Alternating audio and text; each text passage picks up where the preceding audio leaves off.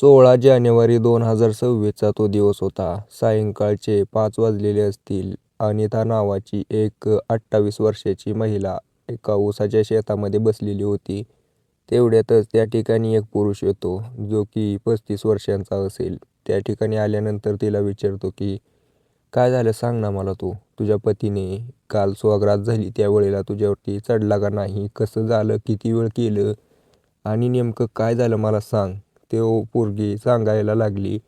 त्यावेळेला तो अचानकच रागाला गेला आणि म्हटला की, "तुझ्या पतीने तुला हात लावून खूप वाईट केलं. आता मी त्याला सोडणार नाही." आता हे सगळं ऐकून पुढे चालून या व्यक्तीने असं काही केलं, ती या व्हिडिओमध्ये मी तुम्हाला सांगणार आहे.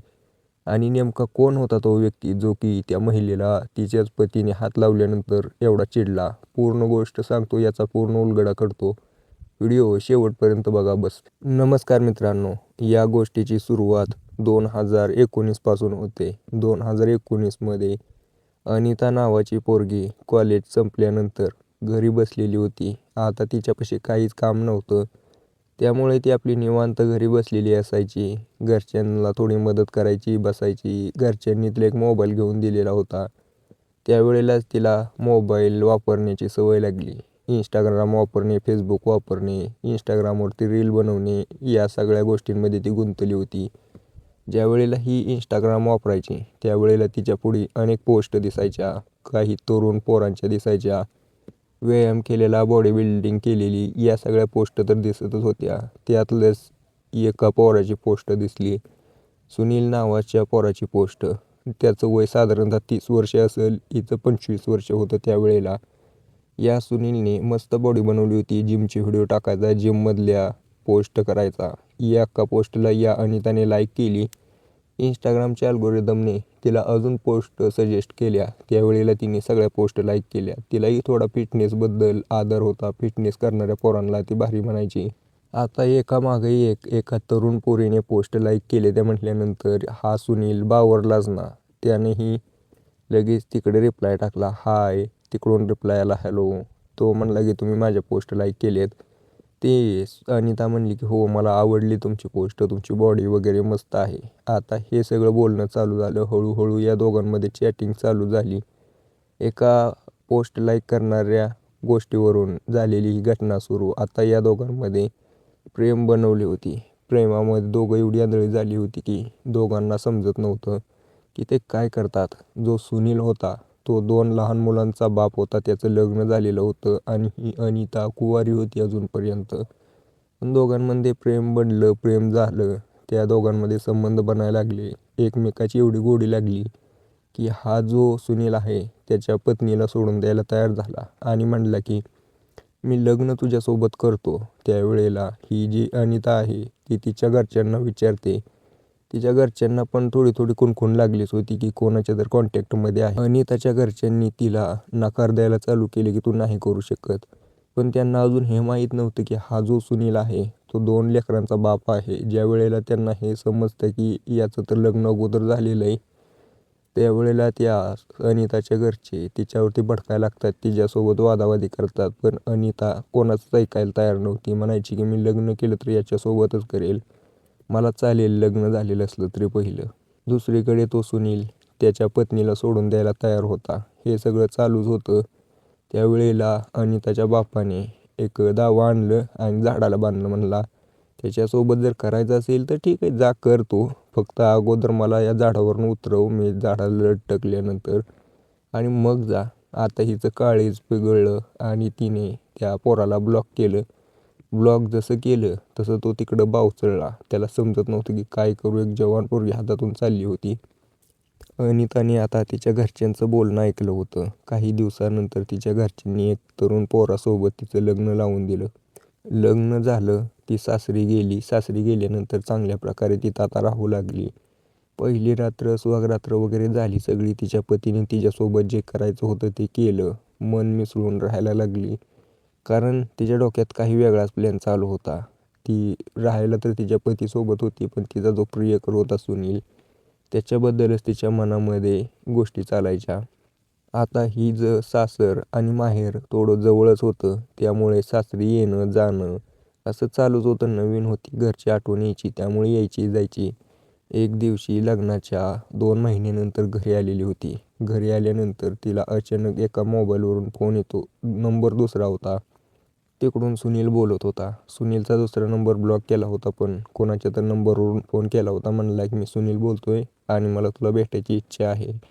त्यावेळेला हिला पहिल्या गोष्टी आठवल्या, डोळ्यात पाणी आलं. हिने थोडं थोडं विसरायला चालू केलं होतं, पण आता अचानकच या सगळ्या गोष्टी घडल्या.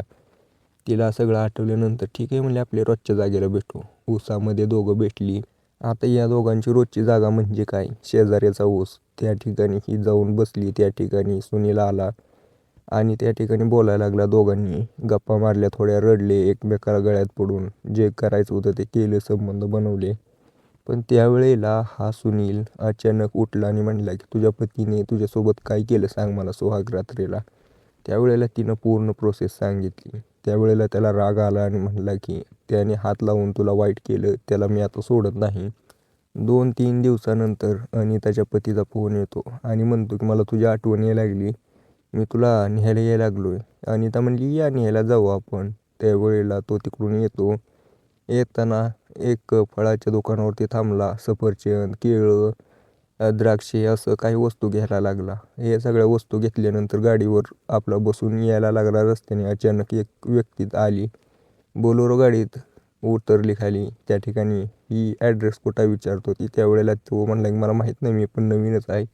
पण अचानकच एक दुसरा व्यक्ती उतरला आणि त्याच्यावरती वार करायला लागला. वार एवढा जबरदस्त होता, तो त्या ठिकाणी कोसळला. कोसळल्यानंतर त्याने त्या ठिकाणी त्याचे प्राण सोडले. आता त्या बोलेरो गाडीतून आलेल्या 2 व्यक्तींनी चेक केले की खरंच गेला आहे का उगाच नाटक करतोय.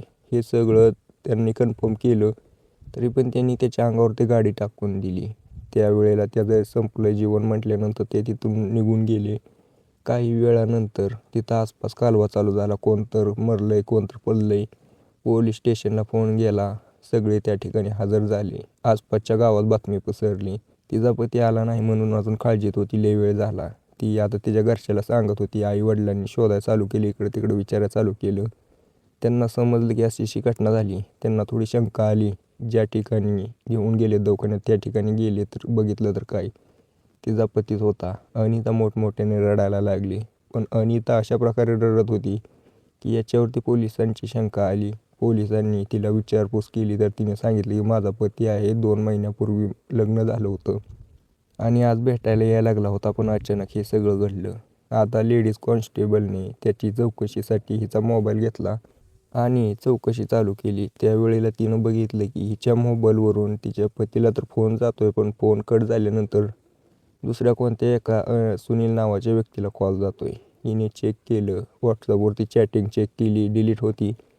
त्या पोलिसांनी ही चॅटिंग सगळे रिकवर करून चेक केल्यानंतर समजलं की त्याला विचारत होती की झालं का काम, कुठपर आला आहे, संपला का, असं बोलत होती. त्यावेळेला यांनी लगेच पोलिसांना चेक आला. पोलिसांनी हिला ताब्यात घेतलं आणि जो सुनील नावाचा व्यक्ती आहे त्याला पण ताब्यात घेतलं. त्यावेळेला पोलिसांनी विचारपूस केली. कोणी काहीच बोलेना.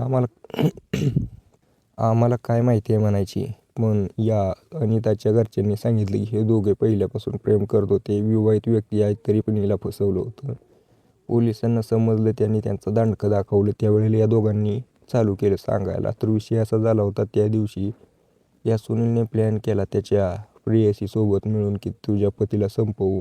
तो म्हटला की तुझ्या पतीला बोलवून घे काहीतरी कारणानं, मी रस्त्यात त्याला अडवून संपवून टाकतो. त्याने त्याचा एका मित्राला बोलवलं. कसा काय मित्र पण तयार झाला काय माहिती, अशा गुन्ह्यामध्ये साथ देण्यासाठी. आता त्याला तयार केल्यानंतर बोलेरो गाडी घेतली आणि ज्या रस्त्यातून येणार होता लोकेशन वगैरे ही अनिता त्यांना सांगतच होती. ज्या ठिकाणी आला याला थांबवलं, रस्ता विचारला, नाही सांगितलं आणि त्या ठिकाणी त्याला वार करून संपवलं होतं. या दोघांच्या रस्त्यातला काटा तर निघून गेला होता, पण शेवटी पोलीस केस होणारच होती आणि हे दोघं जेलमध्ये जाणारच होते. गुन्हा केल्यानंतर कोणी वाचू शकत नाही, ते त्यांच्यासोबत झालं होतं. तर मित्रांनो, आता मला सांगा यामध्ये त्या व्यक्तीची काय चूक होती, अनिताच्या पतीची? काही नव्हती ना, पण त्याचा हाकनाक बळी गेला. प्रेम करते चाले आणि यामध्ये दुसऱ्याचा जीव जातो. बाकी तुमचं याच्याबद्दल काय मत आहे मला कमेंट करून नक्की सांगा. व्हिडिओ आवडत असतील तर लाईक पण करा.